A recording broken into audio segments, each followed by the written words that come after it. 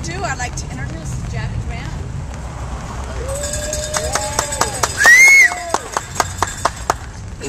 I can think of nothing better on a rainy day here to lift my spirits than to be introduced by my wife, the mother of my children, and my biggest supporter. And I also want to thank each and every one of you. I see a lot of friendly faces out here, a lot of faces that I don't know and I just met. And I want to thank you for coming out on this day, this very rainy day. You could have stayed home and be very warm to come out and join me in a very important announcement. You know, as I stand here, I'm reminded of words of my grandfather, who always told me that it was very important to give back to the community in good times and in bad. This idea was also reinforced by my father, who, after serving in the military, came back to serve the community of Los Angeles for 36 years as a deputy sheriff. These are life lessons, and these are lessons that are not about politics, but the importance of public service, about hard work, about being responsible, about transparent stewardship. They're about the public trust, and they're about leadership by example. These are the same lessons that I've carried throughout my life and my service, throughout the 45 years I've been on this earth. And I've carried these lessons from my early days as a delivery driver with United Parcel Service, where I also served my fellow employees as a shop steward. When I put myself through law school and also served the people of California as a Deputy Attorney General, to my service to the community as a member and trustee of the Roseville Joint Union High School District, having served as its president last year during the most difficult financial trying times in education since the Great Depression, as well as serving numerous nonprofit community groups to instill values in our area children and in our high school students.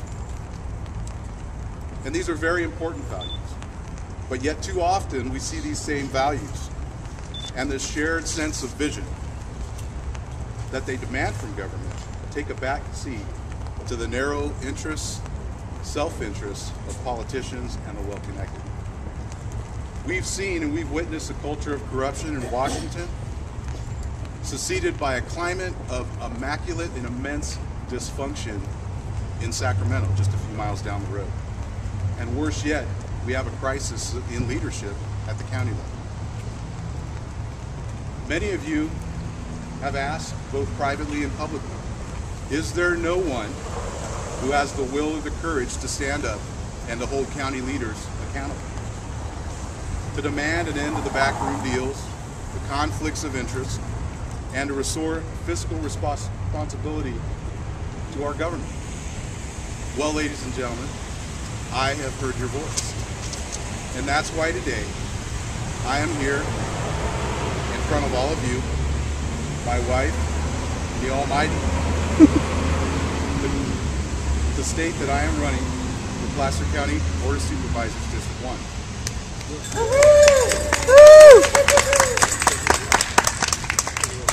This election, ladies and gentlemen, is not just going to be about change in leadership, change in county government, but it's to change the way that the Placer County Board of Supervisors does business.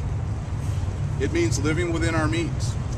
No more spending public funds on expensive travel and entertainment perks for politicians.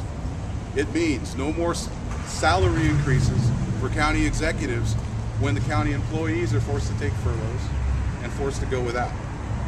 It means eliminating conflicts of interest in county spending, removing the barriers of full public scrutiny of our public treasury.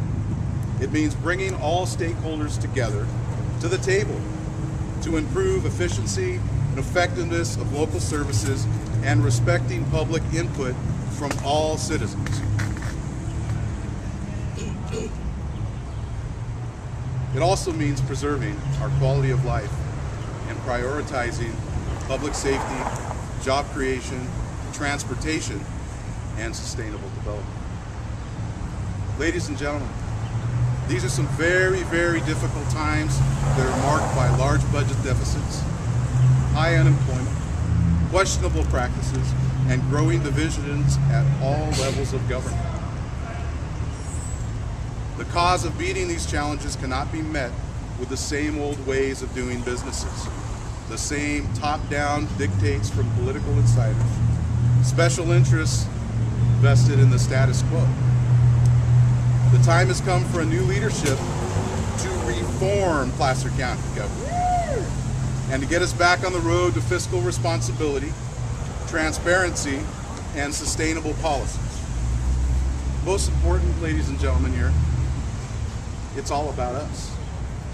It's about the moms, the dads, the working families, big and large and small businesses, teachers, law enforcement, and young people coming together to take back our community, to stay involved in decision making, and to hold our county officials to a higher standard. Throughout my 25 years here in Placer County, I've seen this spirit firsthand.